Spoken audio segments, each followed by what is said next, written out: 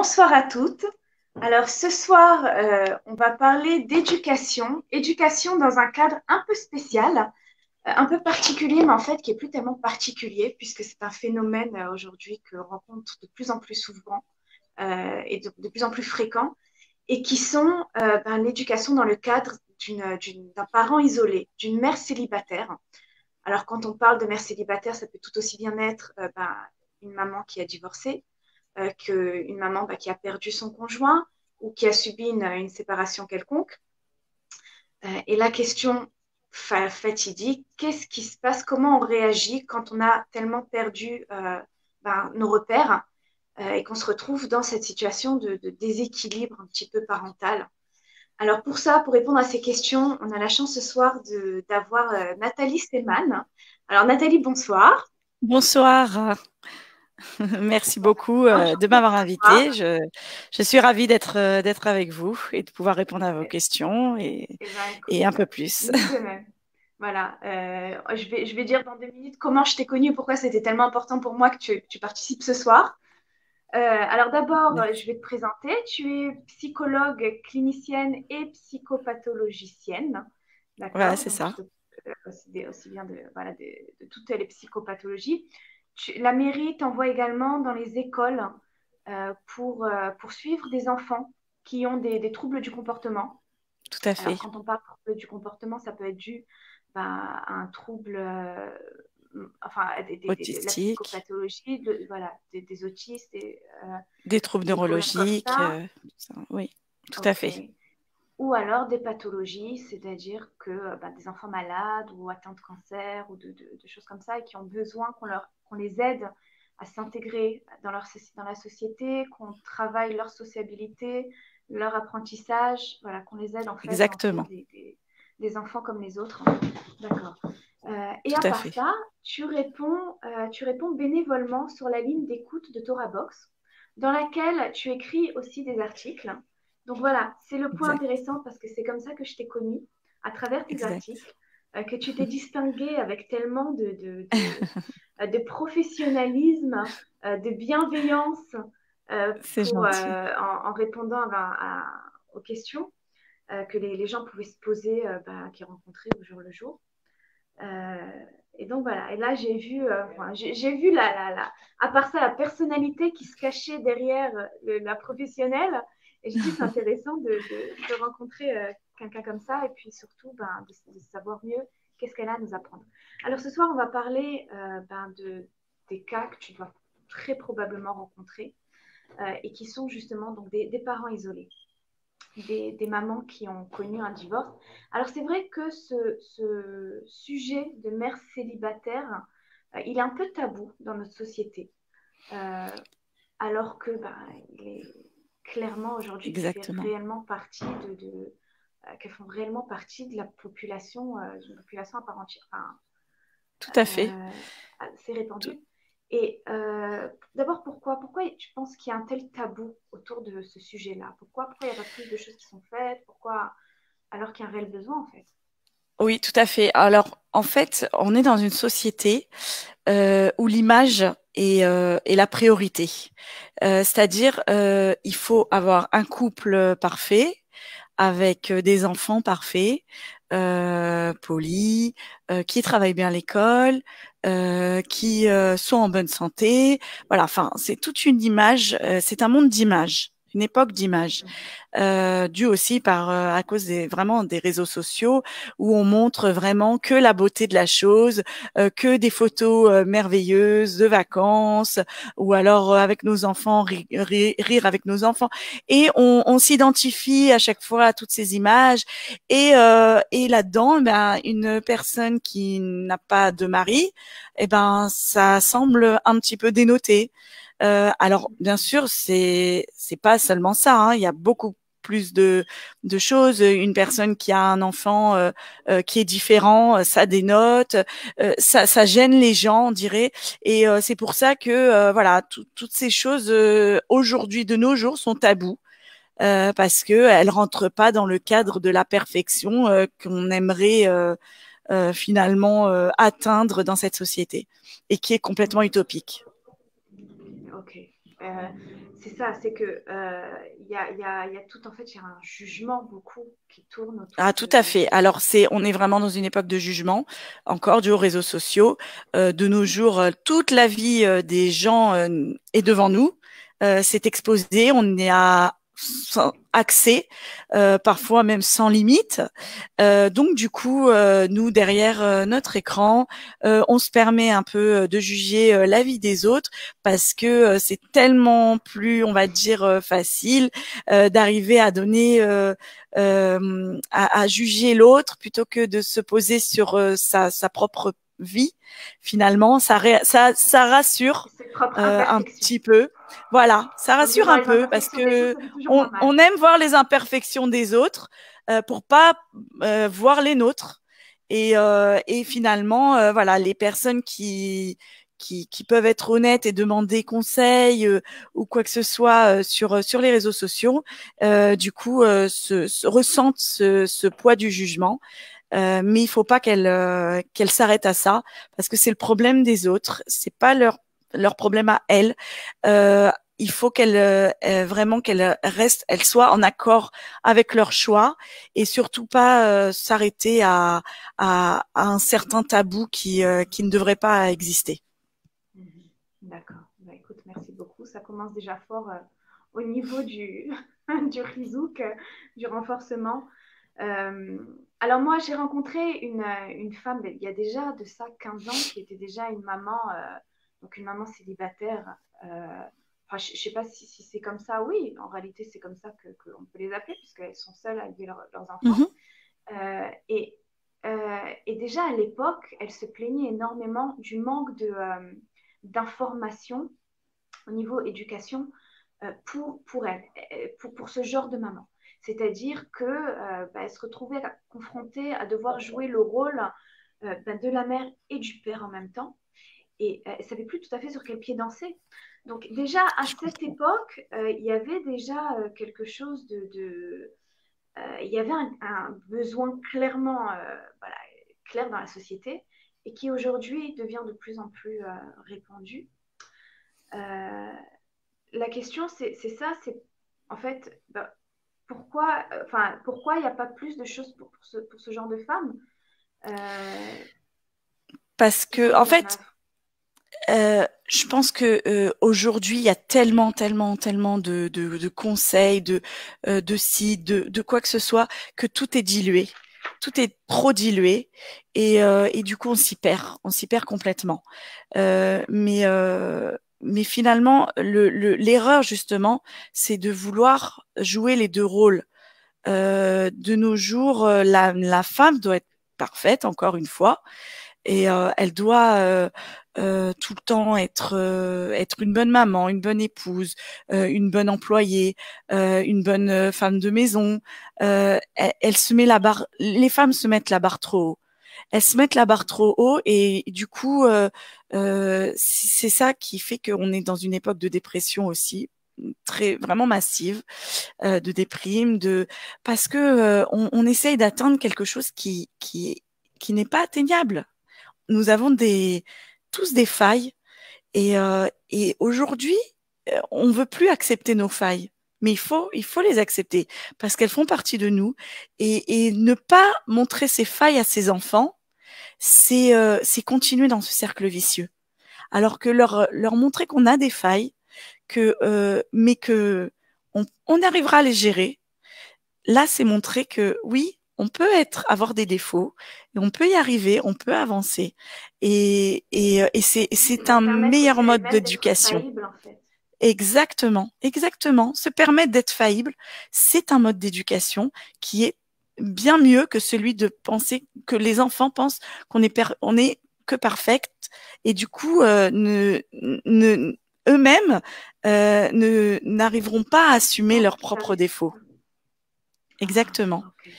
D'accord. Donc, en fait, Donc la meilleure, l'éducation la plus parfaite, en fait, c'est réussir à nous montrer à montrer à nos enfants qu'il y a une place à l'imperfection et qu'on accepte exactement. aussi bien que Tout voilà, à fait. C'est de l'accepter, si on de se dire sent un peu t'inquiète pas, je déséquilibré. vais me relever, que après un divorce, c'est normal d'être malheureuse et de vouloir absolument cacher ça à ses enfants, c'est pas leur rendre service, c'est leur dire si l'enfant voit pleurer sa maman, c'est dur pour lui bien sûr, mais il doit voir que ça lui a fait de la peine, que cette fin de mariage, euh, il aura tendance peut-être même à lui reprocher si elle lui montre pas que ça lui a fait de la peine, lui reprocher bah ça t'a rien fait finalement cette fin de mariage. Donc vraiment ressentir, lui montrer ses failles et lui dire t'inquiète pas, maman elle va se relever. Et c'est ça qui va aider l'enfant, c'est de voir la mère se relever. C'est pas de voir la mère tomber qui est un problème. C'est de la voir se relever qui sera éducatif. Donc ne tomber n'est pas un souci. C'est ça que j'allais dire. En fait, c'est pas évident pour cette maman dans la mesure où, bon, comme on vient de le dire, elle est peut-être aussi pas mal jugée. Surtout, bon, alors, autant on a l'habitude d'avoir de l'empathie pour les mamans qui bah, chez l'ONEDA, qui ont perdu leur mari dans des situations tragiques, de la maladie, d'un accident, autant quand il s'agit d'une maman qui est divorcée, bah, elle, automatiquement, elle va être jugée, alors qu'au final, elle est amenée à rencontrer les mêmes difficultés et qu'elle n'a pas il y a, je pense, peut-être une espèce comment on dit, d'idée qui tourne comme ça, comme quoi le Elle a divorce se fait aujourd'hui choisi, trop oui, facilement. Voilà. Elle a j'ai choisi la voie de la compris. facilité, elle aurait dû se battre. Elle, c'est sûr que bon, peut-être qu'elle ne s'est pas forcément battue. Alors, Comment on peut il faut démystifier que un peu les ça? femmes s'élèvent contre ça, justement, parce que on ne choisit jamais, en divorçant, tu choisis jamais la facilité. C'est même plutôt le contraire.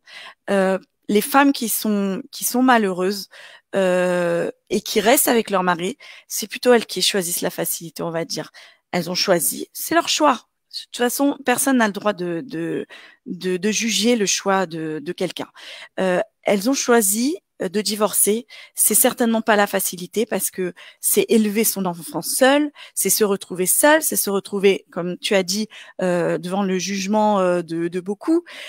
Donc au contraire, elles savent qu'elles vont se battre. Donc euh, vraiment, pour si beaucoup de gens nous écoutent et que ils pensent que le divorce est une solution facile, vraiment qui change de cette manière de penser et voilà, donc ça n'a rien d'une facilité, c'est très difficile, elles le savent, mais c'est si elles ont divorcé, c'est pour leur survie ou psychologique ou physique ou quoi que ce soit de ce qui se passait dans leur couple. Et, euh, et il vaut beaucoup mieux divorcer que de montrer une mauvaise image du couple à l'enfant, aux enfants.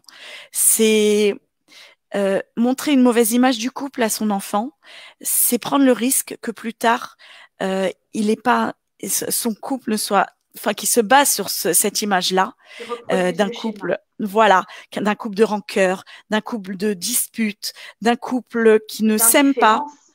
d'indifférence, exactement. C'est pas ça l'amour, et c'est pas l'image qu'il faut montrer aux enfants de l'amour. Il vaut mieux que le couple conjugal se sépare et garder un bon couple parental. Parce que Ok, c'est couple intéressant conjugal cette et couple distinction. parental, c'est pas la même chose. C'est pas du Mhm, tout pareil. On peut mhm. très bien ne pas s'entendre conjugalement, mais s'entendre au niveau de la parentalité. Ok, Et ça, partager en fait la il faut même. garder ça en tête. Il faut garder ça en tête. Je Ok, dis si ce n'est souvent pas que partager les mêmes orientations pour l'enfant, au moins on a au moins en commun bah, qu'on partage le désir de son bien-être, peut-être. Enfin, on parle là tout de à cas fait, normaux, tout à fait. De toute pas façon, adultes. euh, un couple parental est fait de compromis, est fait de communication. On a chacun été élevé dans une famille différente. Euh, Personne n'a la même conception de l'éducation. Il faut Mhm, parler, il faut se mettre d'accord, il faut trouver des compromis. Et c'est ça ce qui fait un couple parental. mhm.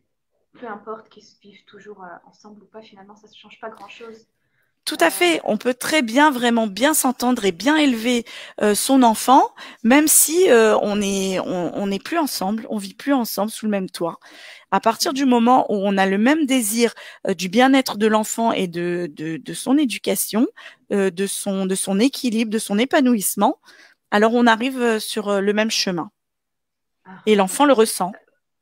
D'accord. C'est intéressant ce que tu dis parce que c'est vrai que c'est quelque chose que je rencontre énormément de femmes. Alors bon, là, on parle peut-être pas forcément euh, je vais parler un peu de ce qui est des mariages abusifs, où il y a un abus de pouvoir, où il y a peut-être de la violence, ou de la violence psychologique, ou de la violence physique.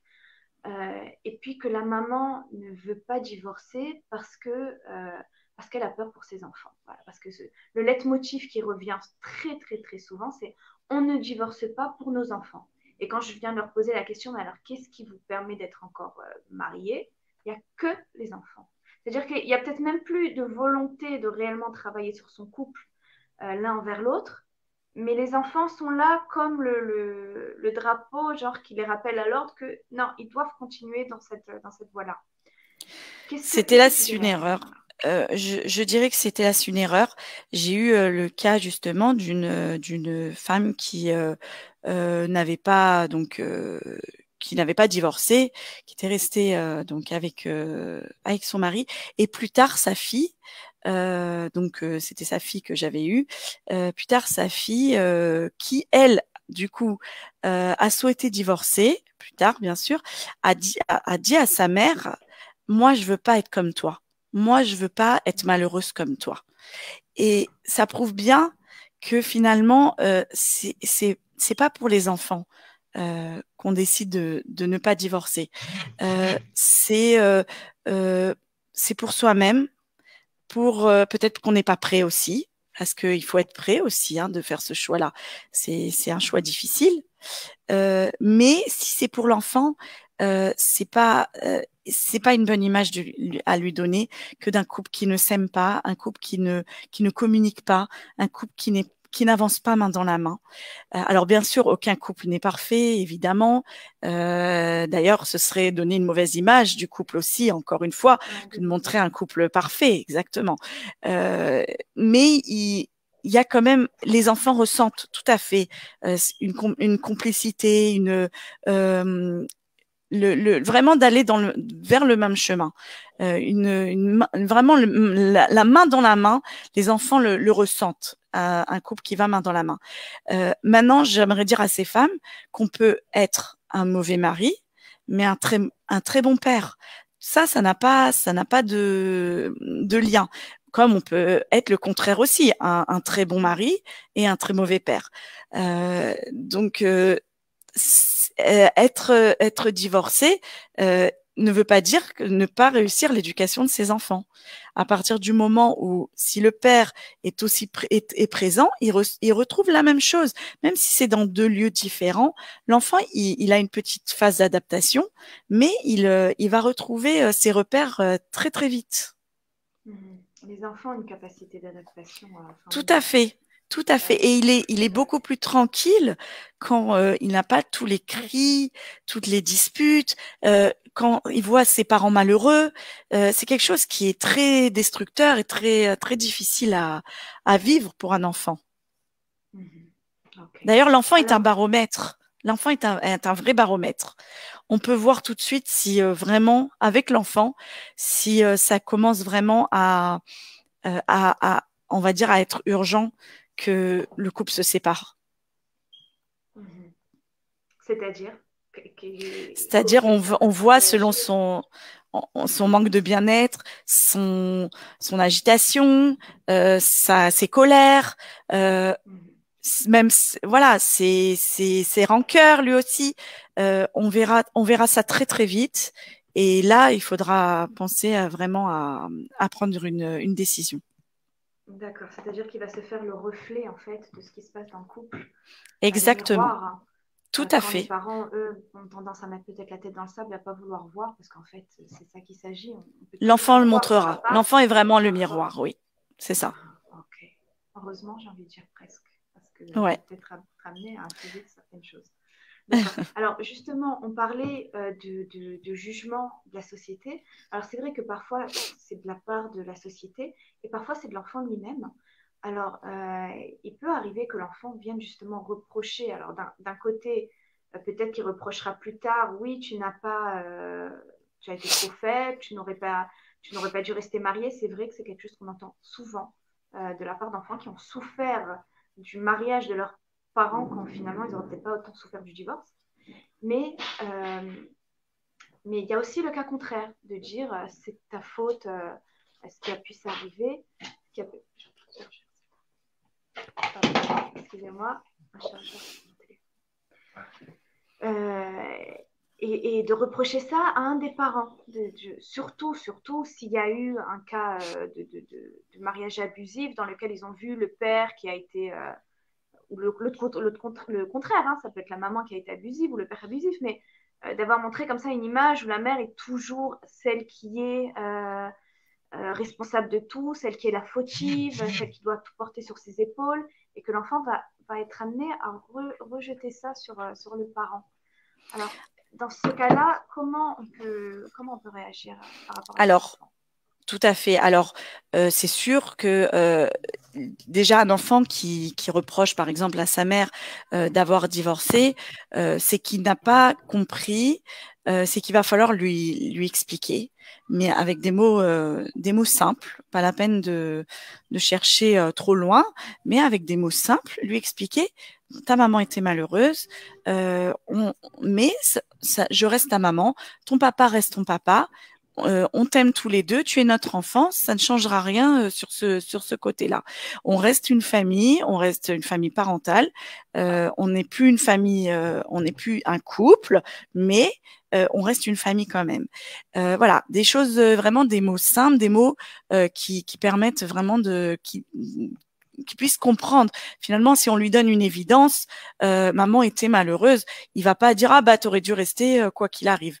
Donc il faut vraiment que l'enfant comprenne. Si l'enfant vraiment accuse comme ça sa mère, il faut voir si voilà c'est pas ça vient pas du parent qui finalement se sert de son enfant pour sortir un peu sa rancœur.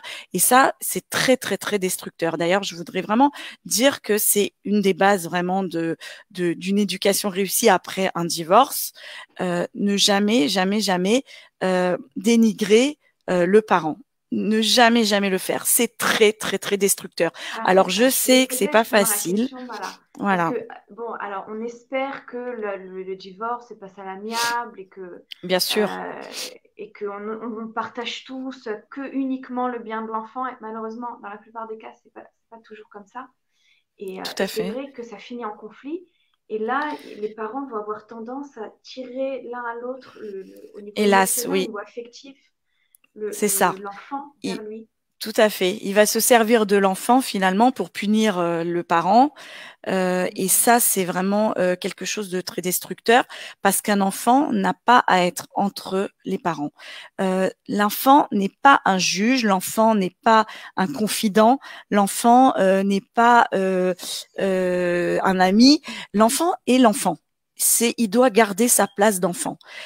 Donc, on n'a pas à on ne doit pas se justifier devant lui de choses qui sont personnelles. On ne doit pas se confier sur ce qui s'est passé avec son père, avec sa mère. C'est quelque chose de vraiment mauvais. J'ai souffert, par exemple. On devait se séparer parce que maman souffrait de ce mariage. Quelque part, il y a aussi une justification.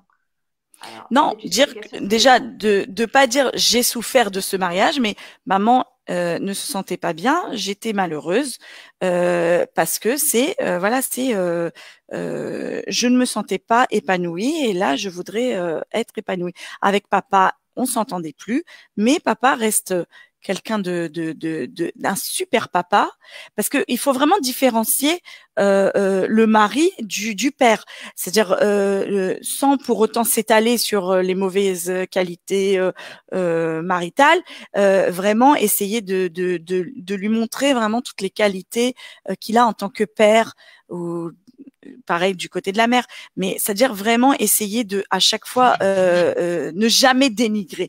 vraiment le parent d'en face, parce que finalement, c'est aussi une partie de l'enfant.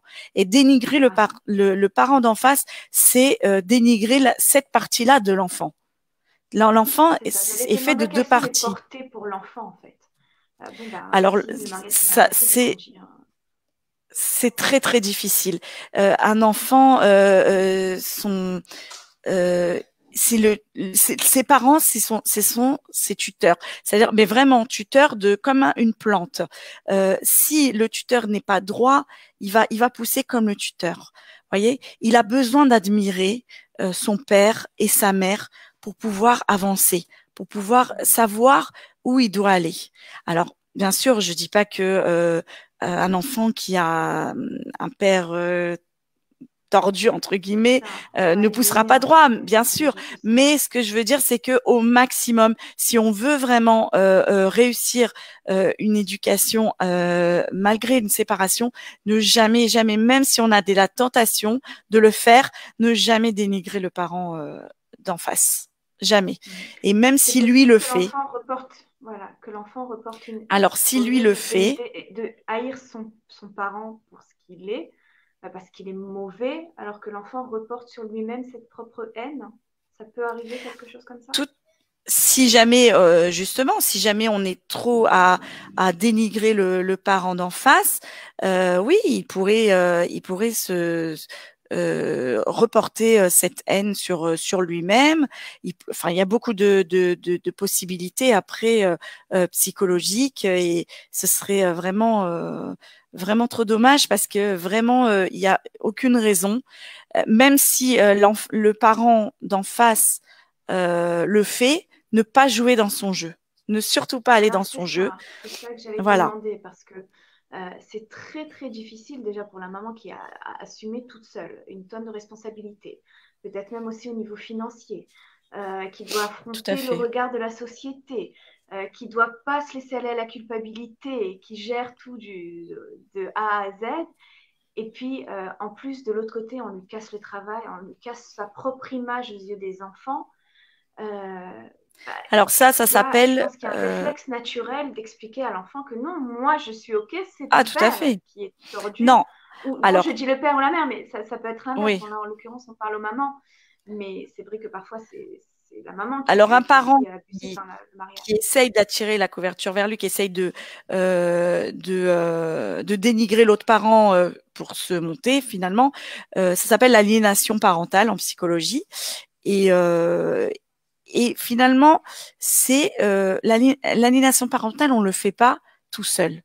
On le fait aussi inconsciemment avec l'accord de l'autre parent qui est sain. Pourquoi? Parce que quand le parent ne dit rien, ou quand il essaie de trop se justifier, ou qui dénigre aussi, pareil, ça reste un statut très toxique pour l'enfant. Alors que dire à l'enfant non, ça, si par exemple l'enfant vient, papa il dit que t'es méchante, papa il dit que c'est toi qui as détruit notre famille, ou quoi que ce soit, lui dire ça, c'est la vie de ton père, mais toi, tu n'as pas à être un arbitre. Tu n'es pas notre arbitre. Tu ne dois pas être entre nous. C'est moi, je verrai ça avec ton père. Ce n'est pas vrai ce qu'il dit. C'est son avis à lui. C'est pas la vérité. Maintenant, toi, tu restes à ta place d'enfant. Moi, je verrai ça avec ton père. C'est tout. Ça ne veut pas dire dénigrer. Il faut réagir. Ah oui, il faut réagir. Il faut poser l'interdit à l'enfant pour lui montrer que lui, il doit rester à sa place, qu'il n'a pas ni à juger sa mère, ni à juger son père. C'est en grandissant qu'il va comprendre de toute façon. Mais au début, quand il est trop jeune pour comprendre l'aliénation, il faut vraiment leur poser des limites. Ton père, il pense ça, c'est ce que pense ton père, mais ça ne veut pas dire que c'est la vérité. Moi, de mon côté, c'est pas du tout ça. D'accord? On est en train de lui dire que son père est un menteur, quoi. Non, faut lui dire que ce que pense son père n'est pas forcément ce que, comme lui, on peut penser des choses qui ne sont pas forcément. Voilà, c'est sa vision des choses, exactement. Voilà. Mais ça n'est pas la véritable vision. Mais ce que je veux surtout, c'est que tu ne prennes aucun parti. Tu dois aimer ton père ton père, tu dois aimer ta mère, tu es notre enfant à tous les deux. Et voilà, et vraiment poser comme ça le cadre. Plus on posera un cadre, et moins justement, et plus l'enfant sera en sécurité justement dans ce cadre-là, et il comprendra les choses. Mais ne pas, surtout ne pas vraiment hésiter à poser ce cadre-là dès le début. Et s'il y a quelque chose, vraiment, voilà. Et ensuite, parler au père. Dire, c'est pas bien ce que tu fais. C'est pas bien, c'est pas bien. C'est pas que c'est pour moi, c'est que c'est pour notre enfant que c'est pas bien ce que tu es en train de faire. Donc vraiment essayer de communiquer avec le père. Si c'est un parent toxique, ça sera difficile. Si c'est un parent qui a juste de la rancœur, attendre un peu. Les rancœurs s'apaisent toujours. Les rancœurs se diminuent toujours. Alors au début, juste après le divorce, c'est compliqué. Il y a beaucoup de colère, beaucoup de tout ça. Donc voilà, bon, poser un cadre et être patient. Mais au fur et à mesure que on retrouve chacun notre équilibre, les tensions s'apaisent et là on peut un peu plus discuter et un peu plus revoir ce couple parental. Qu'est-ce que tu préconises pour cette maman, justement, qui a ce trop-plein et qui, d'un côté, voilà, avec cet enfant, elle doit remettre la balle au centre dans la fermeté, mais au final, elle reste quand même elle-même avec ses propres rancœurs et sa colère, et qui peuvent aussi lui être toxiques. Alors, bien évidemment, ben voilà, on va avoir l'intelligence, on va essayer d'avoir l'intelligence de ne pas se servir de notre enfant comme réceptacle de toute cette rancœur et toute cette colère. Mais alors quoi? Qu'est-ce qu'on fait avec tout ça? Alors, je conseille... Est-ce qu'on doit le refouler? Non, pas du tout, ne pas le garder, mais en parler à des amis, en parler à sa famille, en parler à un psychologue, aller faire du sport, sortir vraiment toute sa haine. Encore une fois, ça s'apaisera. Mais il faut, sur le moment, oui, bien sûr, penser à soi, penser à se faire plaisir, penser vraiment quand on est seul et que les enfants sont chez leur père, penser à faire ce qu'on a envie de faire. Avoir des kiffs, c'est très important. Et pour retrouver justement un plaisir, il faut pas que le divorce ce soit que des soucis, des difficultés. Il faut vraiment que la mère se retrouve. Et ça, c'est très, très important. Parce qu'une mère épanouie, ça fait des enfants épanouis. Ok, c'est ça. C'est que c'est vrai que dans la culpabilité et puis pas seulement la culpabilité, dans la surcharge mentale, très souvent, c'est vrai qu'elle va avoir le sentiment de se mettre de côté. Et peut-être même que si elle commence à penser à elle, oui, là, elle va survenir la culpabilité de elle va avoir l'impression, voilà, voilà, c'est ça le problème. Ça à mes enfants, Tout à et fait. moi, je suis la veuve joyeuse, ou alors je suis la divorcée, voilà, qui s'éclate. Pas du tout. Alors que pas du tout. Pas du tout. Alors il faut qu'elles oublient cette culpabilité. Voilà, à partir du moment où, quand elles sont divorcées, elles gardent la bonne image du père.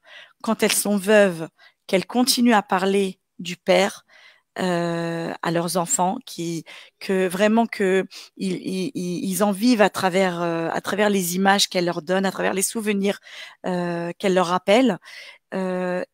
Mais à côté de ça, surtout ne pas renoncer à sa vie de femme, surtout, parce que ce serait une erreur. On peut très très bien, même si c'est difficile, surtout quand on est veuve, parce qu'on n'a pas justement l'autre qui s'occupe une partie du temps des enfants, mais il faut pouvoir arriver à trouver un peu de temps pour soi, pour se retrouver, pour sortir, pour vivre sa vie de femme sans ses enfants, sans tout le temps ses enfants, ne pas centrer que son monde sur ses enfants. On reste des femmes et c'est très important. Peu importe ce qui se passe, que j'ai les enfants en fait une fois par semaine, une fois par mois, ou peut-être même il y a des vraies séparations quand les conjoints vivent dans un pays différent. Alors ça peut arriver aussi que la mère ne voit pas son enfant peut-être aussi pendant des mois. Je sais qu'il y a des cas comme ça. Là aussi, en réalité, ce qui prime pour l'enfance, pour l'équilibre de l'enfant, c'est de savoir que sa mère est heureuse et épanouie. Je crois que tout à fait. Tant qu'il exactement. C'est ça qui est plus important que tout. C'est plus exactement le ça. Et soin surtout, qu'elle-même ne peut lui pas apporter. se culpabiliser, de s'occuper de soi. Parce que c'est, comme je donne souvent cet exemple-là, parce que je trouve que il est très parlant. C'est dans un avion, quand il y a un accident, ras shalom, et que ils font descendre les casques, les masques à Ouais, ça, oxygène. c'est génial. Euh, à qui on met en premier le masque? À soi-même ou à son enfant? On le met à soi-même. Soi-même. Pourquoi? Parce que si on s'évanouit, qui va s'occuper de l'enfant? Qui? Ah, Personne. Alors que si on le met à soi-même déjà, on survit, on sait que l'enfant, on va s'en occuper. Donc, mhm. une mère qui ne s'occupe pas d'elle-même, c'est un danger.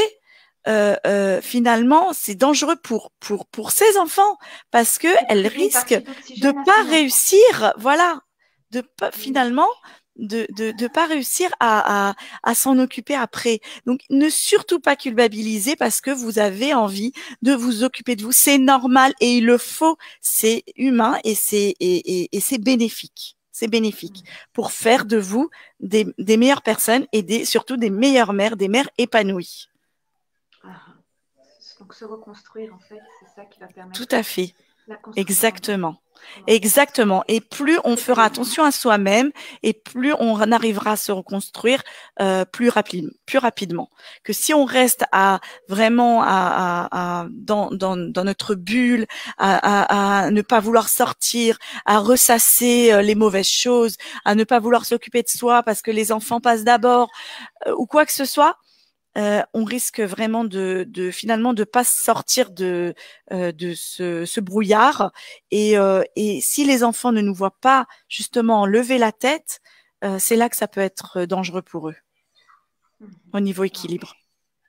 Eh ben, écoute, ça remet les pendules à l'heure et je crois quelque part ça vient aussi calmer une certaine dose de culpabilité qu'il y Eh a ben là et de j'espère redonner de la justement. légitimité en fait J'espère à ce justement. qui se Je passe voudrais bien dans enlever notre vraiment vie. la culpabilité, si elles ressentent de la culpabilité, ces femmes, à s'occuper d'elles-mêmes. Vraiment, j'aimerais leur dire de surtout pas ressentir de la culpabilité.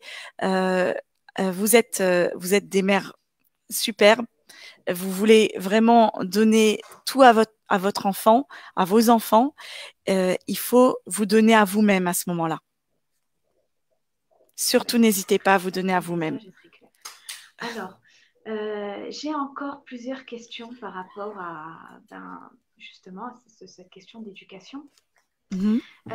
Alors, bon, on a compris plus ou moins comment se comporter par rapport quand le divorce vient d'un couple qui a été plus ou moins normal, on va dire. Maintenant, c'est vrai qu'il y a des divorces qui sont très durs dans la mesure où ça a été enfin, véritablement des mariages abusifs, comme je disais un peu tout à l'heure, de pervers narcissiques ou de violence ou peut-être de TOC aussi, de personnes obsessionnelles compulsives et donc qui engendrent une certaine violence souvent. Euh, Quand on a peur de voir notre propre enfant, quand on voit notre propre enfant hériter des traits abusifs justement de son conjoint, euh, comment on peut réagir par rapport à un cas comme ça? Parce qu'on a déjà souffert une première fois d'avoir de l'abus sur nous. Et là, on voit clairement que l'enfant a appris de ces Bien actes. sûr, Comment réussir sans dénigrer le père, justement, parce qu'on disait que c'était tellement important de ne pas dénigrer, tout à euh, fait.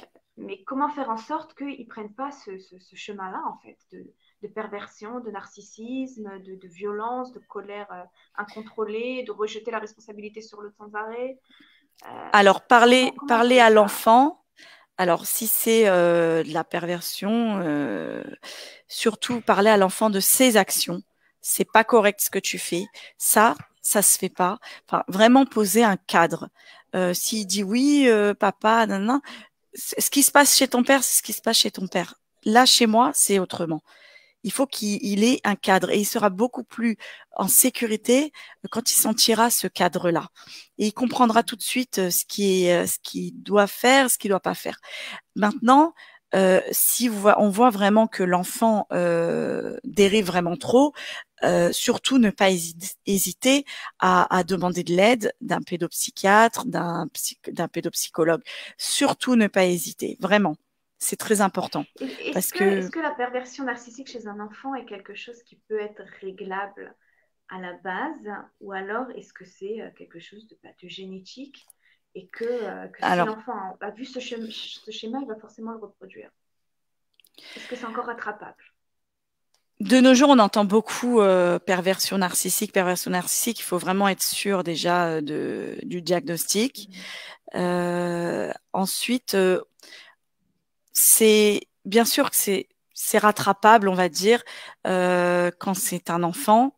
Un enfant, on peut jamais le mettre dans une case, jamais. Ça se met jamais dans une case. On peut pas dire cet enfant il est psychopathe, cet enfant il est voilà. On peut jamais mettre un enfant dans une case. Tout dépend de son environnement, tout dépend de ce qu'il vit, tout dépend de plein de choses, de sa famille. Donc on est là pour mettre nos enfants dans le droit chemin et il ne faut pas y renoncer parce que le parent d'en face n'est pas dans la même optique que nous. De toute façon, quoi qu'il arrive, même dans les couples mariés, il y a beaucoup de différences, il y a beaucoup aussi de problèmes d'éducation. Donc, il ne faut pas penser que parce qu'on est seul, on aura beaucoup plus de problèmes ou voilà ou quoi que ce soit. Ça reste quand même un vrai défi, l'éducation, qu'on soit seul, qu'on soit en couple, ça reste quoi qu'il arrive un défi, l'éducation. Donc, si vraiment on sent qu'on n'a plus la maîtrise, soit s'adresser à une coach en éducation. Il y en a des super vraiment. Donc, tu avais reçu la semaine dernière. Et soit vraiment s'adresser à un pédopsychiatre, un pédopsychologue, quelqu'un vraiment pour nous aider. Ne pas rester comme ça. D'accord. Ok. Parce que oui, parce que en fait, c'est intéressant ce que tu dis. Ça rappelle un peu justement ce qu'on disait justement avec Axel Fuchs en tant que coaching parental, de faire la distinction aussi entre la distinction entre l'acte de l'enfant et le caractère.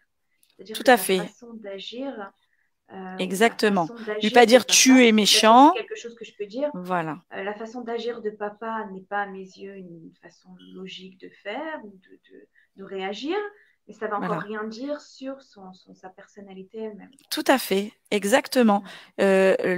L'enfant comprend très bien qu'il y a une différenciation entre la personne et ses actions. Être méchant et faire quelque chose de méchant, c'est pas du tout la même chose. Être méchant, c'est un état d'être. Faire quelque chose de méchant, c'est une chose qu'on fait et que demain on fera peut-être quelque chose de gentil. Donc pour bien simplifier les choses et bien montrer, bien imager. Donc vraiment parler des actions et ne pas parler de la personne. D'accord, ok. Alors l'autre question, c'est quand on est confronté à un enfant, alors là qui au contraire, loin de reproduire le schéma, garde une certaine peut-être rancœur par rapport au conjoint duquel il n'a pas forcément la garde le plus souvent, et qui refuse d'aller chez l'autre parent ou qui souffre de la relation avec l'autre parent. Alors voilà, ça aussi, ça arrive souvent, par exemple, que l'enfant rentre de complètement agité du week-end qu'il a passé avec le père et de dire oui, il ne me voit pas grandir, il me prend comme une enfant, maintenant je suis une adolescente, je grandis, je suis une adulte, il me traite vraiment comme un bébé, je ne veux plus y aller. Quel est le rôle de la mère à ce niveau-là? Parce que là encore, ça devient délicat. Alors, la mère a tout intérêt, c'est le mieux possible, à ce que vraiment la relation de l'enfant avec le père soit saine et soit belle, soit bonne.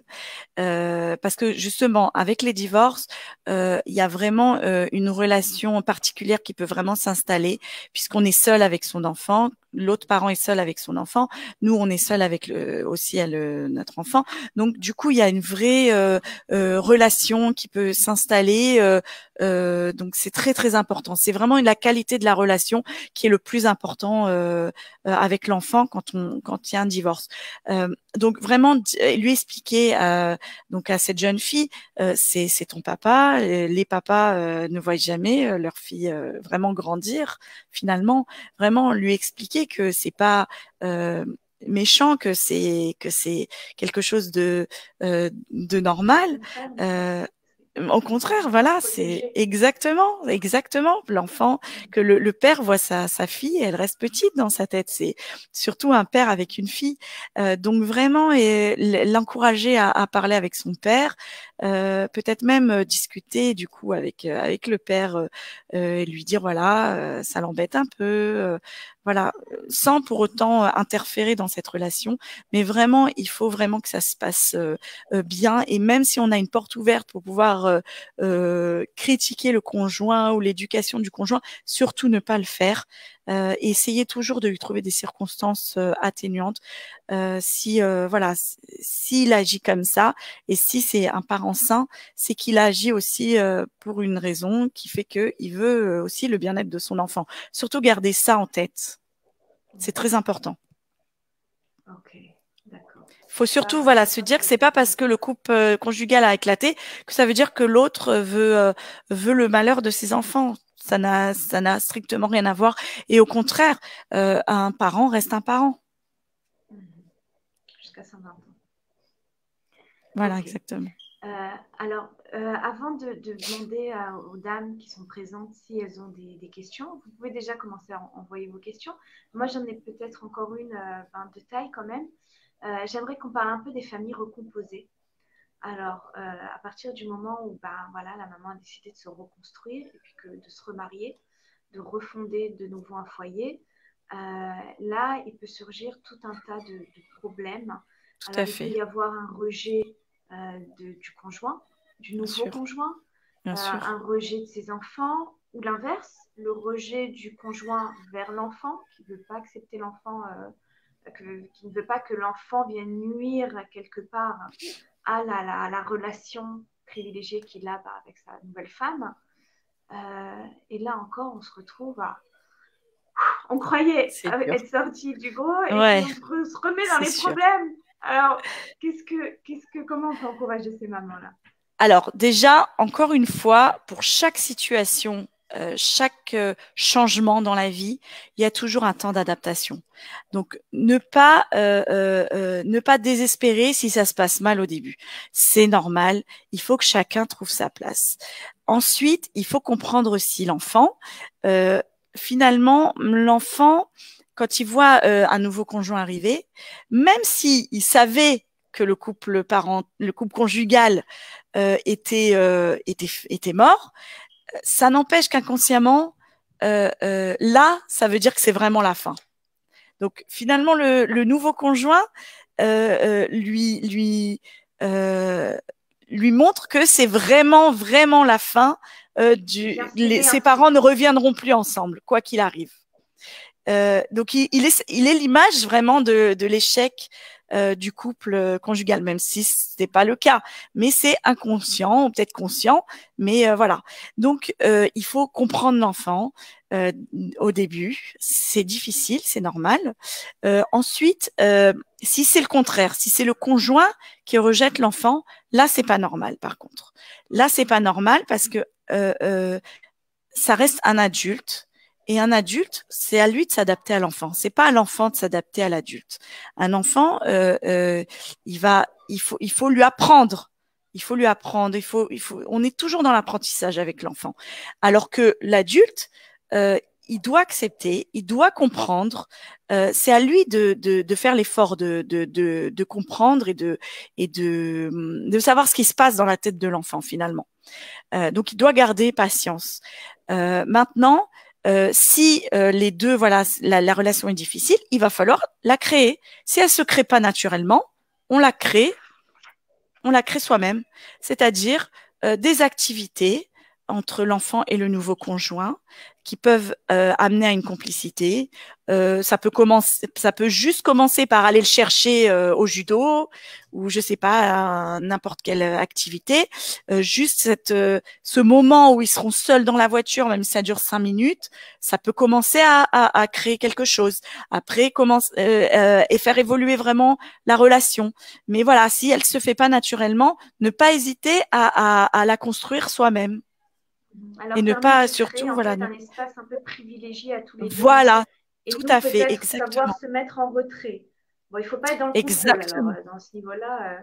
Il faut Si on accepter a quelque part de se confiance, dire je ne sais pas comment ça va se passer, mais je leur fais confiance à tous les deux voilà, si pour on a construire une confiance en relation à deux son en fait. conjoint, ça peut que bien se passer. Même si l'enfant provoque ou quoi que ce soit, le conjoint doit garder la patience et voilà, au fur et à mesure, au début, ça va être de la provocation, après, ça va peut-être être du mutisme, après, il y aura peut-être une petite question qui va arriver par là, et léat, ça va arriver jusqu'à une communication, une petite communication, et voilà, il faut vraiment tout le temps se dire que chaque pas, et il n'y a pas de petite victoire. Chaque petit pas, à partir du moment où la provocation s'arrête, déjà, c'est une petite victoire. Et il faut avancer comme ça, doucement. Il faut laisser le temps au Doucement, temps. doucement. Voilà, Prendre doucement, confiance en doucement. l'autre. Tout à fait. Les choses ne se font pas. On a envie que tout se passe bien tout de suite et tout, mais encore une fois, c'est de l'utopie encore de notre époque. Que on voit tout le temps les familles recomposées, les images tout de suite toutes prêtes, mais ils sont passés par des moments difficiles et ça on le sait pas parce que on voit une belle image de famille, mais derrière il y a eu du travail et tout est une question voilà d'apprentissage. Et alors, et quand c'est le cas inverse, par exemple, j'ai le cas justement d'une maman qui souffre de voir que c'est son mari qui rejette en fait l'enfant. Alors, elle est heureuse dans son couple, hein, attention, elle est bien, elle s'est bien trouvée au niveau de son couple. Mais le père voit en fait l'enfant comme un parasite qui va venir parasiter sa vie de couple avec sa nouvelle femme. Et là, c'est encore plus difficile pour vivre pour la maman parce qu'elle a l'impression de faire subir quelque chose, de faire subir une certaine violence à son enfant, alors qu'elle n'est pas réellement responsable au final. Et puis d'un autre côté, elle ne veut pas dire non à ce mariage parce qu'elle y est bien. Et alors là aussi, comment on fait la part des choses à ce niveau-là? Alors déjà, l'enfant n'est pas responsable. Si le parent se sent, enfin le nouveau conjoint se sent rejeté, se sent en compétition ou Se quoi que sent ce soit, menacée, voilà. se sent menacé, c'est un problème déjà avec lui-même. Parce que se sentir menacé par un enfant, c'est qu'il y a un souci vraiment quelque part et qu'il va falloir qu'il creuse dans sa propre histoire et dans son propre équilibre. Pourquoi est-ce qu'il ressent ça? Et ensuite, c'est aussi un problème peut-être dans le couple qui finalement c'est un transfert qui a été fait sur l'enfant. Peut-être que ce conjoint-là essaye de punir entre guillemets sa femme sans lui dire, mais en se servant de l'enfant. Donc il faut vraiment voir vraiment le problème. Le problème est extérieur à l'enfant dans ce cas-là, et que c'est vraiment un problème ou dans le couple ou le conjoint lui-même. Il va falloir creuser. Il va falloir creuser D'accord. et essayer d'améliorer ça. Mhm. D'accord, ok. Ben, moi, c'est clair. Ok. Alors là, je vois qu'on a quelques questions. Alors, on a Yehudit qui nous demande alors, comment gérer le statut de femme divorcée avec l'entourage. Ouais, ben, c'est un peu ce qu'on disait au début. Alors, Yehudit n'était peut-être pas là dans les débuts. Euh, comment gérer le statut de femme divorcée avec l'entourage? Tu aurais pu faire mieux, du shlombaï, tout ça. Comment gérer le statut de femme divorcée auprès d'autres couples sans être un danger? Alors oui, ça aussi, c'est encore Tout à fait. un nouveau truc comme ça, comme quoi la femme Oui. divorcée représente une menace pour le couple. Ça existe aussi, ça, pas mal. Euh, elle Alors, se sent encore plus mise au oui, banc de la société à ce niveau-là. ça peut arriver en effet. Alors, surtout, à partir du moment où on est en accord avec soi-même, on sait qu'il n'y a pas de en quoi que ce soit de séduction ou quoi que ce soit.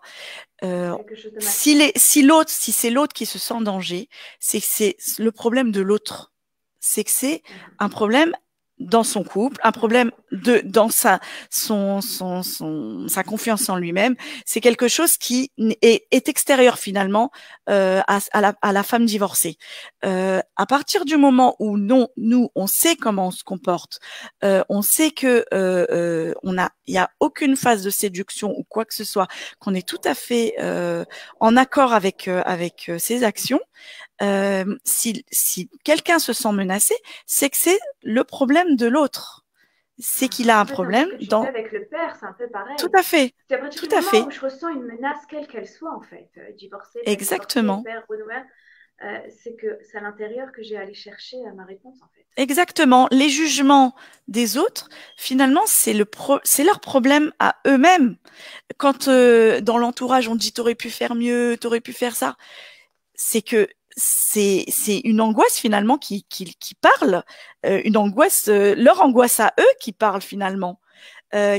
Parce que elle seule sait ce qu'elle a vécu. Elle seule sait pourquoi elle a décidé de faire ce choix. Donc il faut vraiment qu'elle prenne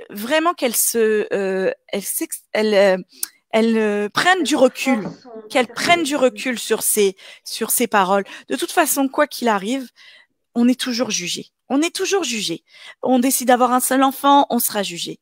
On décide d'en avoir deux, on sera jugé. On décide d'en avoir six, on sera jugé. Donc, quoi qu'il arrive, on sera jugé par l'entourage, par les gens extérieurs, par quoi que ce soit. Donc, assumez vos choix, mesdames. Il faut assumer son choix.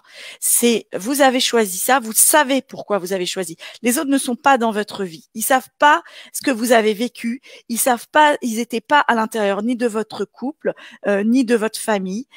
Si vous avez décidé ça, c'est que vous saviez pourquoi vous l'avez fait. Donc, soyez en accord avec ce que vous avez choisi.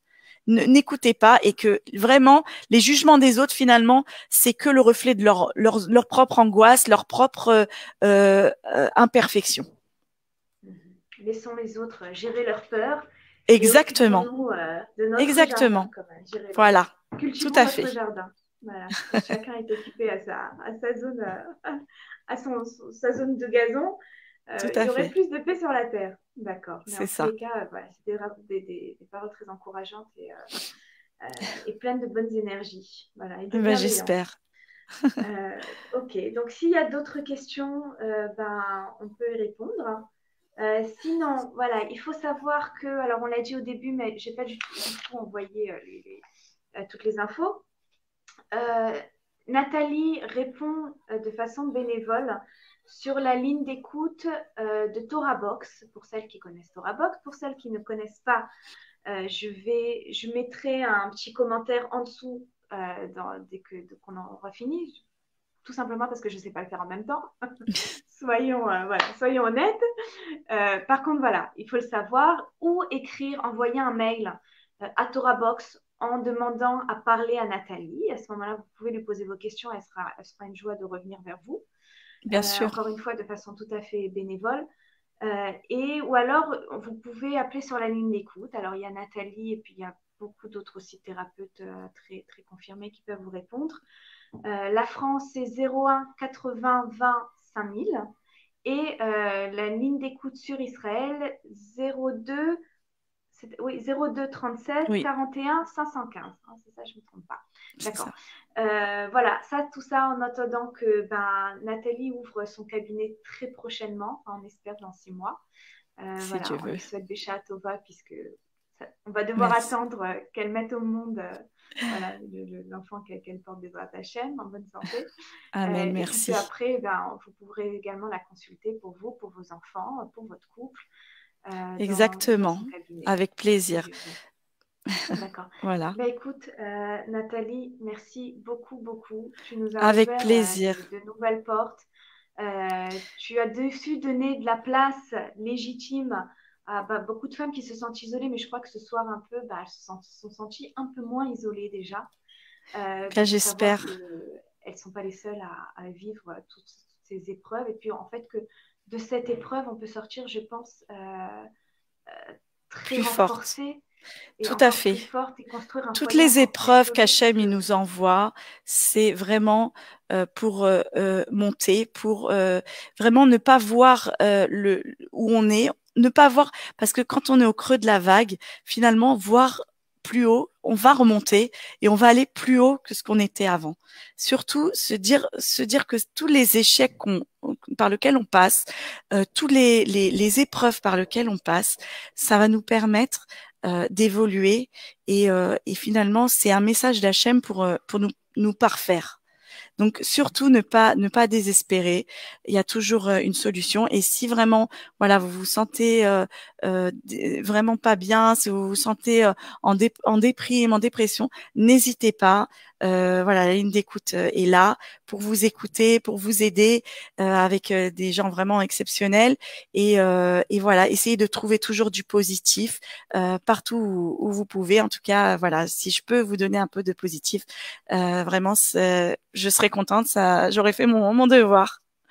Merci beaucoup Nathalie. Voilà, j'en profite pour rebondir sur, on a eu des messages en début par Dalia. Alors Dalia qui nous parle d'une association en fait qui s'appelle GetGo. On invitera Dalia, on va pas la laisser s'échapper. Dalia, tu nous entends, pour venir parler de cette association et en fait qui aide les personnes justement divorcées et puis isolées à se retrouver et à se permettre de mieux se comprendre et de se reconstruire ensemble. Donc voilà, c'est important de savoir que ça existe en Israël. Je ne sais pas combien c'est développé par rapport à en France, ça ce sera Dalia qui nous le dira. Mais voilà, en tous les cas, il y a des solutions. On reste pas seul, on reste pas avec ses questions, on reste pas Exactement. avec ses épreuves tout seul. Il y a toujours de quoi rebondir et puis il y a toujours des personnes qui sont Exactement. juste à Et vos côtés. surtout les femmes qui sont célibataires, n'hésitez pas vraiment à faire entrer votre entourage, que voilà, que les frères, les grands-pères, quoi que ce soit, vraiment, n'hésitez pas à déléguer, n'hésitez pas à vous faire aider, parce que vous n'êtes pas seul. Non, vous n'êtes pas seul. D'accord. Il y aura toujours Merci quelqu'un beaucoup. pour vous aider. Je vous Merci en prie, Toda avec Rabba. plaisir. Je t'en prie, Cécile. Merci Merci beaucoup à toi. Nathalie. On espère te revoir bientôt pour une nouvelle interview sur un nouveau sujet. Et puis ben, on te Eh ben, dit avec en tous les cas une plaisir. bonne naissance et une bonne Merci, Amen. ouverture Merci beaucoup. à ton cabinet très bientôt. À bientôt, Amen. à la semaine prochaine, les À la filles. On semaine se revoit pour prochaine. un autre sujet. Au revoir.